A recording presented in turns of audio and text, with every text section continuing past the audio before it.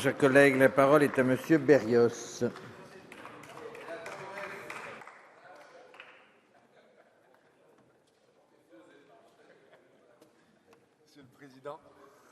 Monsieur le Président, Monsieur le Ministre, mes chers collègues, je vous prie d'abord d'excuser Yves Albarello, député de Seine-Maritime, de Seine-et-Marne, qui souhaitait être présent ce soir, Monsieur le Président.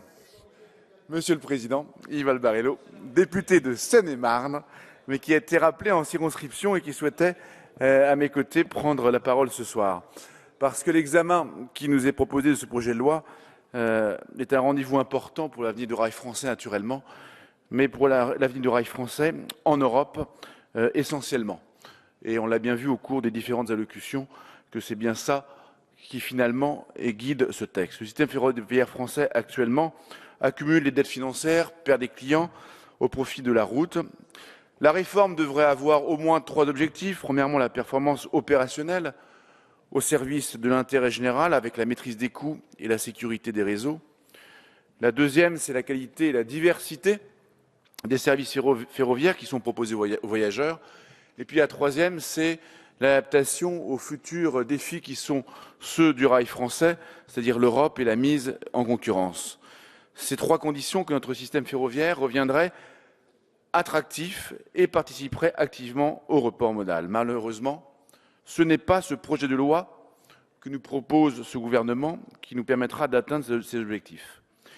La loi comporte bien quelques points forts et réels, l'engagement notamment de l'État dans la gouvernance du système ferroviaire, la création du gestionnaire d'infrastructures unifié qui regroupera RFF et la SNCF Infra et les directions des circulations ferroviaires pour devenir SNCF Réseau, c'est une bonne chose, et puis enfin, les économies et les effets d'entraînement pour moderniser un système en crise financière. Rappelons que la seule dette RFF plus celle de SNCF atteindra la somme colossale de 41 milliards d'euros fin 2013 et probablement 80 milliards d'euros en 2025, si rien n'est fait.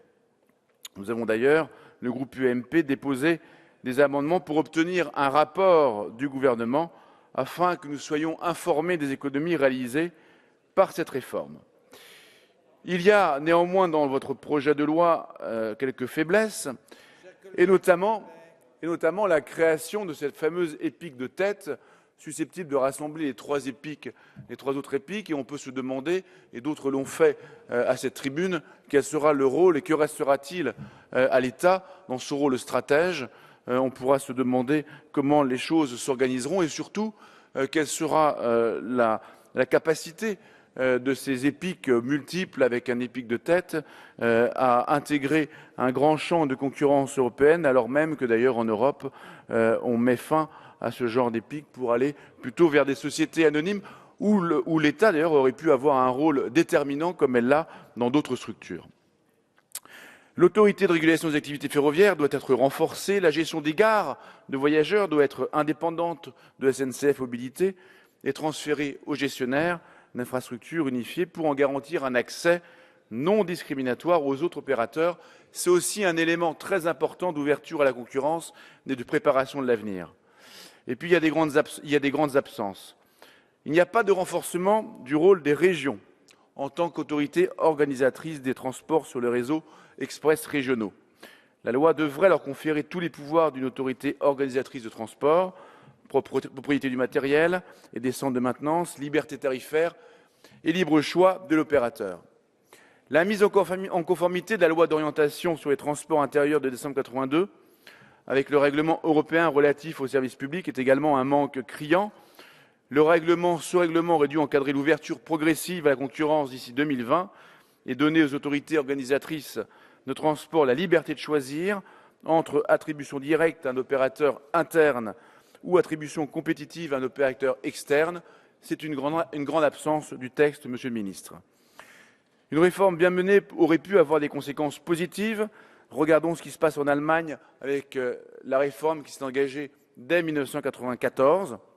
Ce n'est pas le cas en ce qui nous concerne et je crois que c'est ce qui blesse le plus dans votre projet de loi.